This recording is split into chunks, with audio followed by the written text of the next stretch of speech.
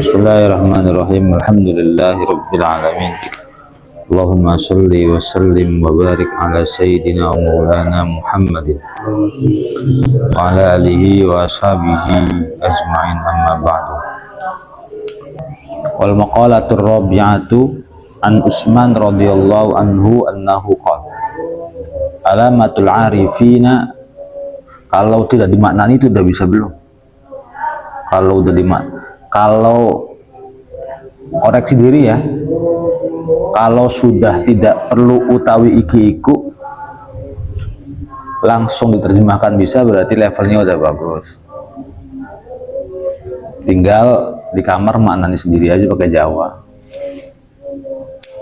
Jadi yang membacakan cukup ngasih artinya aja. Udah bagus itu tuh. Kalau gitu nggak didapatkan santri 5 tahun 6 tahun susah begitu. Mana tadi? Alamatul arifin, tanda-tandanya orang yang arif, orang yang bijak. Samaniyat asya'a, ada samaniyatu karena bukan dengan asyraf. Samaniyat asya'a, ada 8.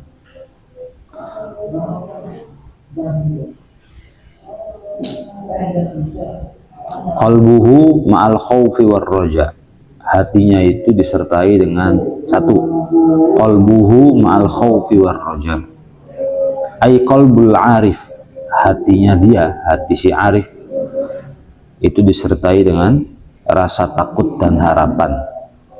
Khauf dan roja ini berpasangan. Khauf itu mengancam sifatnya, roja itu bikin senang.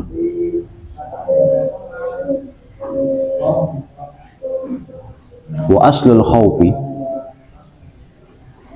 dasar daripada rasa takut adalah ma'rifatul qalbi bi jalalillahi ta'ala,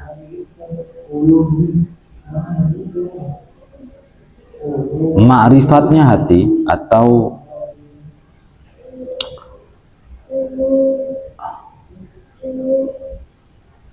pengetahuan hati tentang keagungan Allah Subhanahu wa ta'ala, wa qahrihi wa ghinahi,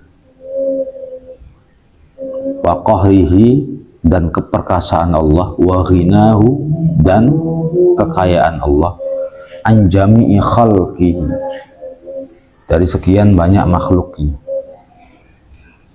Kayak gitu tuh bisa nggak? Ngerti nggak takribnya jadi apanya tuh? Nah kalau ngerti bagus, nggak buang-buang waktu. Wasyadidi iqabih, dan dahsyatnya siksaan Allah. Liman asoh, bagi orang yang telah bermaksiat kepada Allah. Kalau gitu berarti liman kadwe wong asoh kang maksiat sopoman hu ing Allah, gitu loh.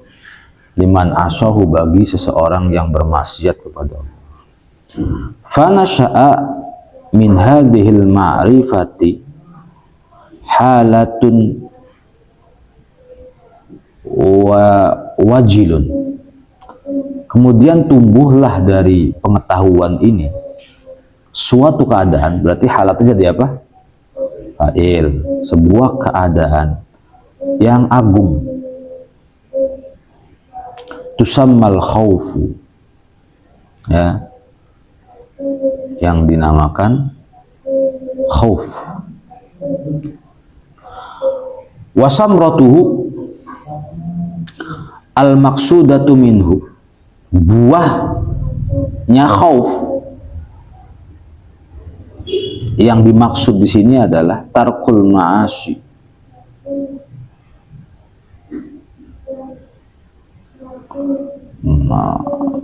jadi enaknya al maksudatu minhunya jadi khobar ismiyah. Buahnya rasa takut itu yang dimaksudkan adalah gitu. Jadi wasamratuhu, yang kalau enak belajar begini nih Bulughul Maram, kalau di Rosar 2 teman. Tapi bagus kalau udah wasamratuhu utawi wohe khauf iku al maksudatu utawi kang den maksud minhu saking khauf iku tarkul ma'asi gitu, meninggalkan maksiat. Buah daripada rasa khauf yang dimaksudkan adalah meninggalkan maksiat. Kalau sudah ada khauf tuh kayak nggak berani, main-main perempuan atau apa tuh. Ya kenapa kita berani? Ya karena tidak ada rasa khauf. Kalau ada rasa khauf sih samalah kayak di perusahaan. Kalau kenapa dia tepat waktu khauf? Khauf dipecat, maksudnya gitu lah. Khauf dipecat.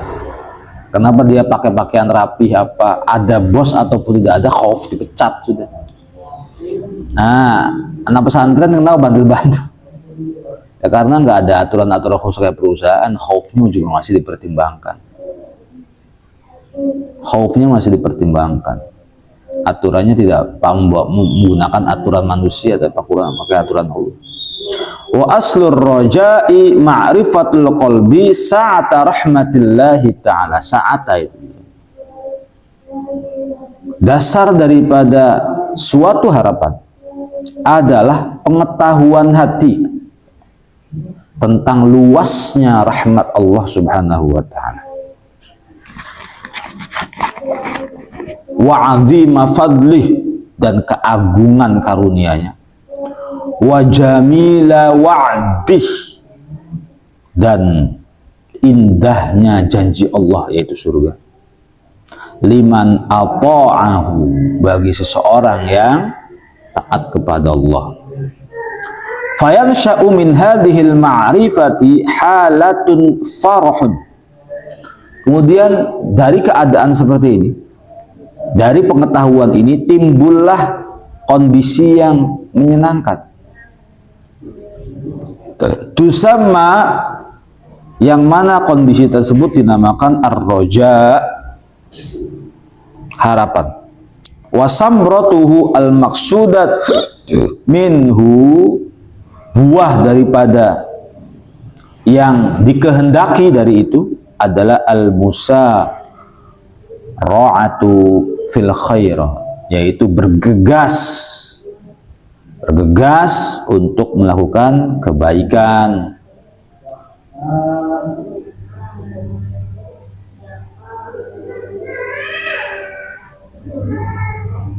Pak Ustadz, suami saya sudah menceraikan saya 15 talak. 15 talak. Tapi Pak RT-nya belum tahu, ayahnya belum tahu, ibunya belum tahu. Yang tahu cuma istrinya doang. Tapi itu masih serumah.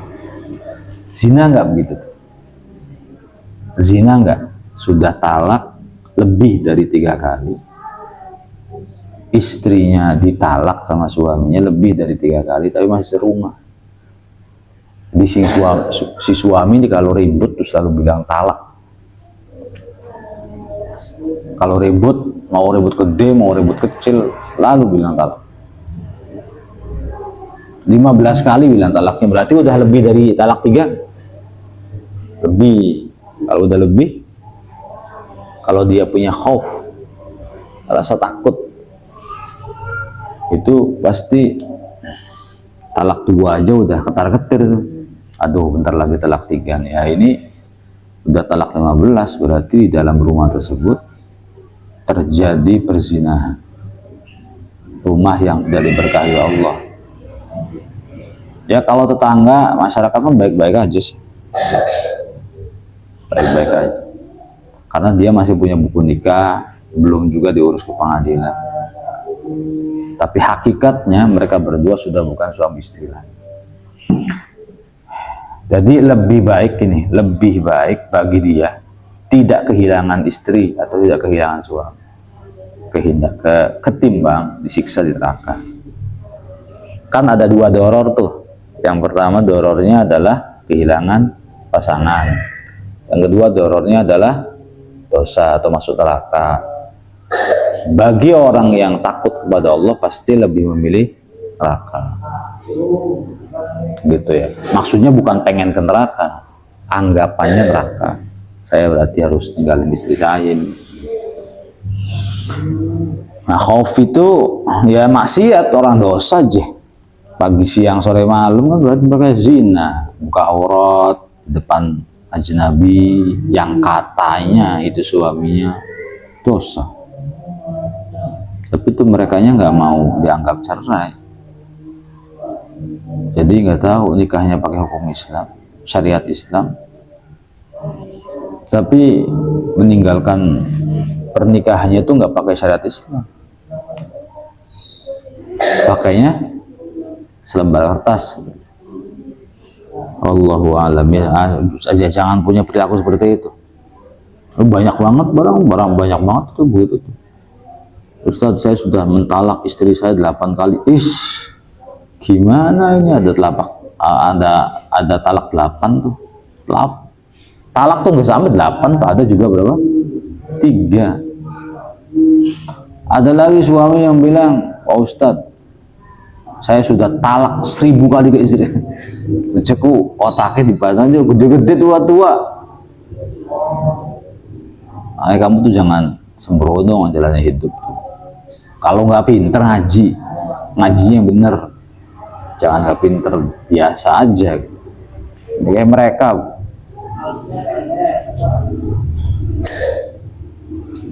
Ruya annahu sallallahu alaihi wasallam qala majtama'al raja'u wal khaufi fal qalbi mu'min.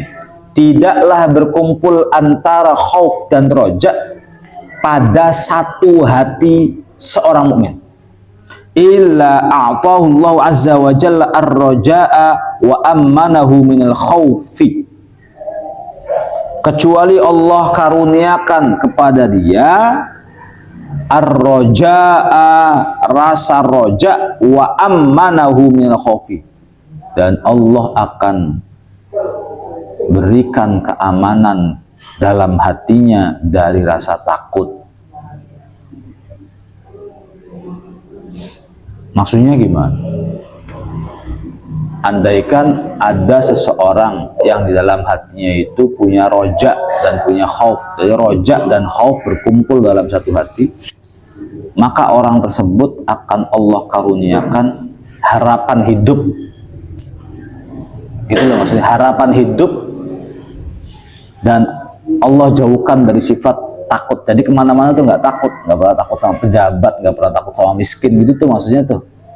Yang pertamanya majtama'ar raja'u wal khaufu, kaitannya kepada Allah. Yang keduanya kaitannya dengan dunia. Tidaklah berkumpul antara roja dan khauf dalam hati seorang mukmin kecuali Allah akan berikan kepadanya suatu harapan di dunia. Maksudnya di dunia itu harapannya udah banyak banget. Wa ammanahu minal khaufi, dan Allah akan karuniakan rasa aman dari rasa takut. Paham ya, mohon? Jadi nggak takut sama siapapun, nggak takut miskin. Gitu. Nggak ada takut miskin. Pada nggak wedi, enter kalau nggak wedi. Ngomong apa aja tuh nggak. Ngomong apa aja tuh nggak pikir-pikir dulu. Kalau orang nggak punya rasa takut begitu, seenaknya udah. Makanya ngobrol sama mereka tuh nggak tahu harus ngobrolnya dari mana, karena kayak nggak laden tuh.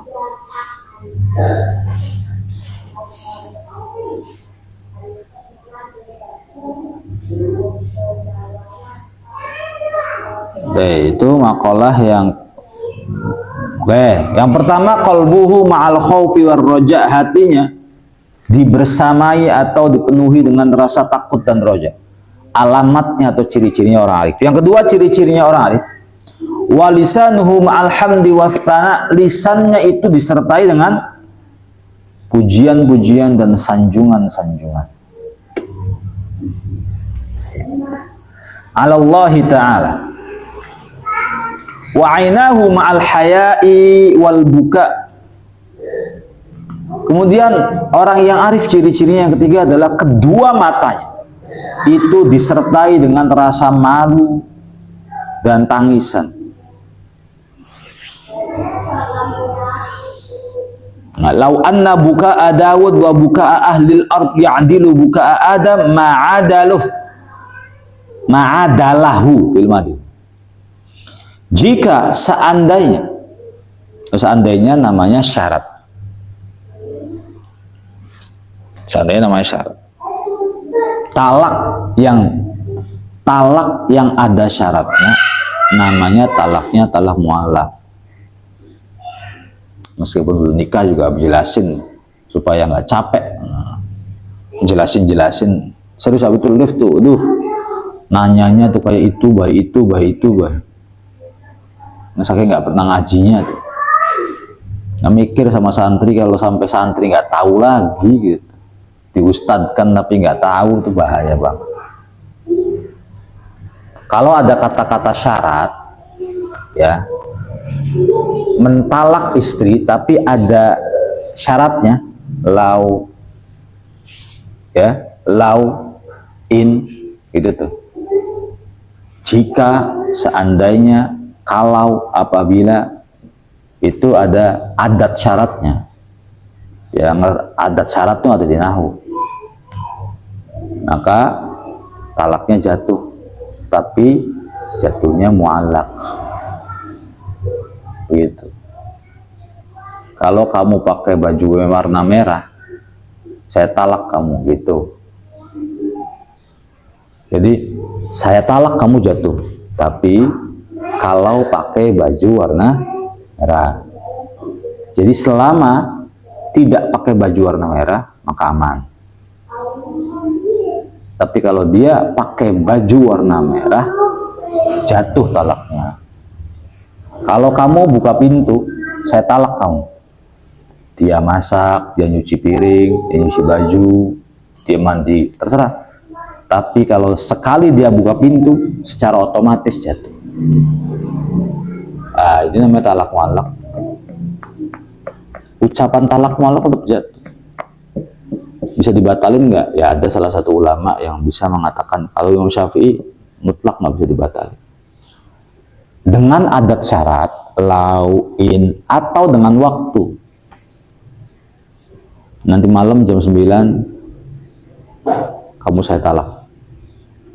Sekarang subuh, masih suami istri, zuhur, asar, maghrib, isya. Begitu jam 9.00 ya, jam 21.00 sudah bukan istri, maksud sudah tertalak gitu.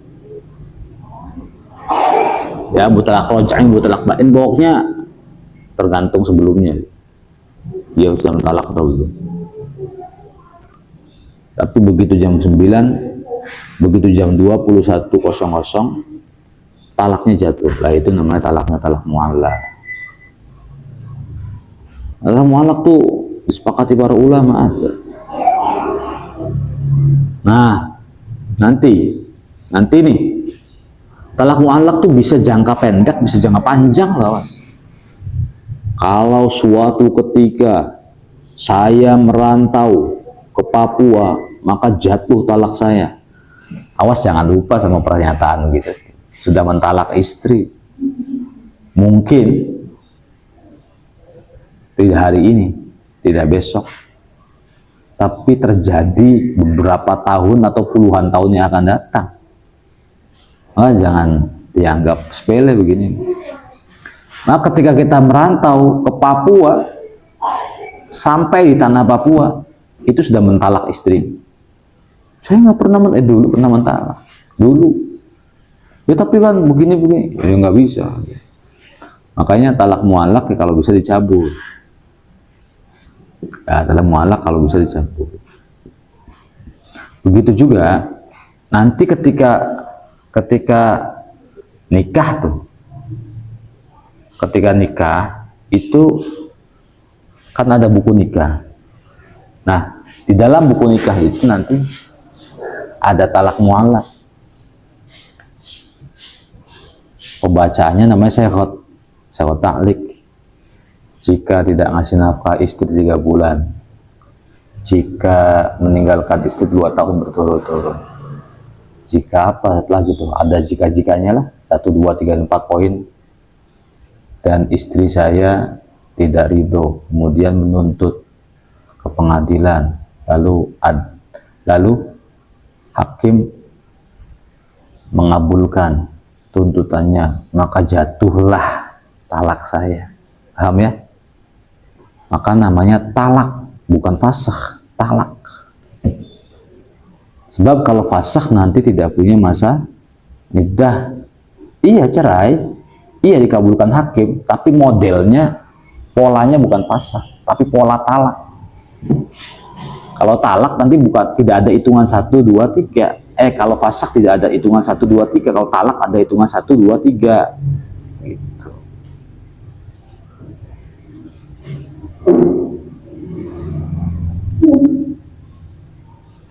Nah bagaimana kalau misalnya ketika nikah nggak baca? Inilah selamatnya. Tapi kan di buku nikahnya ada. Ya nggak baca, selamat kalau nggak baca. Tapi kalau kita baca, lalu poin-poinnya terjadi, kemudian istrinya menuntut, lalu hakimnya mengabulkan, talak sudah. Bukan fasakh lagi, talak sudah itu. La mu'allaq namanya. Kita udah menjatuhkan talak. Nah, apakah talak mu'allaq itu dijatuhkan di awal pernikahan aja? Enggak. Setelah 10 tahun pernikahan, tiba-tiba suami bilang begini, sudah punya anak 5, misal, atau sudah punya anak 5. Neng, kalau kamu bales chatnya laki-laki, maka saya talak kamu. Gitu. Itu udah ditalak. Tapi ini banget apa namanya, rawan banget itu, ringkih, karena begitu dia ngebales laki-laki mahroman au ajnabiyan itu tuh kan, nanti kalau kakaknya yang nggak balas, ya gimana ya, maka dikasih suaminya, kalau kamu balas chat dari laki-laki ajnabi, jatuh talak saya. Ini udah 10 tahun menikah, baru ngomong begitu, nggak apa-apa asal ucapan. Kalau nggak ngucapin ya nggak jadi.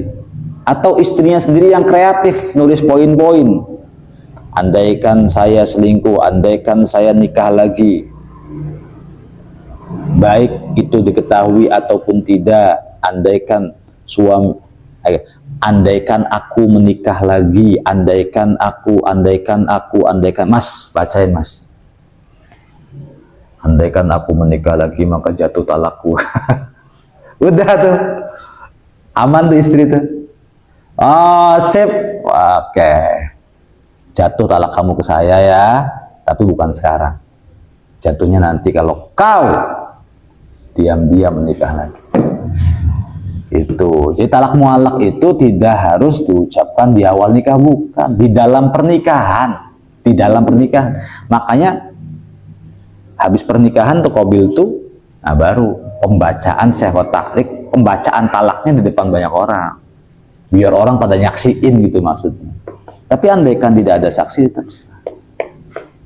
Paham ya gitu ya? Nah, itu bahaya itu. Kalau kamu baca bahaya. Jadi bagusnya dibaca, meskipun bahaya juga. Kamu begitu nikah qabil tuh, mas, baca syahadat ta'liq. Kata Pak Amil, kata Pak Naibnya tuh, jangan nolak ya. Enggak.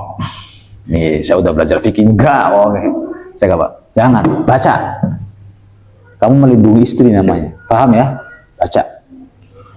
Yang keras. Jika 3 bulan berturut-turut saya tidak memberikan nafkah, jika 6 bulan mengabaikan istri saya, jika 2 tahun meninggalkan berturut-turut istri saya dan istri saya, maka jatuhlah talak saya langsung. Miknya nempel begini, toanya gede, udah mentalak baik baru nikah gitu. Ya emang begitu. jatuhlah talak saya. Jadi kan nyaksiin semua orang tuh. Semua orang nyaksiin. Andai suatu ketika poinnya terjadi, kau meninggalkan istrimu 2 tahun, nggak tahu keberadaannya di mana. Lalu istri menggugat ke pengadilan. Lalu pengadilan mengabulkan. Itu bukan ketok palunya hakim namanya. Bukan fasakh, tapi talak dari Aldi sendiri yang memenuhi syarat-syarat dan kriteria tadi. Paham nggak? Talak, jatuh talak satu tapi jatuhlah talak saya, talak satu tapi. Jadi tinggal nunggu masa idahnya perempuan nih 3 bulan suci, 3 kali suci. Jangan nikah lagi sama orang lain, jangan dilamar, jangan berpolesan, jangan gitu ya. Ya kerja nggak.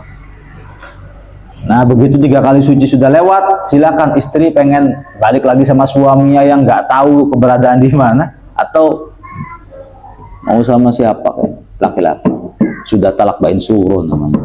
Nah begini ini harus dipelajari. Wallahu a'lam.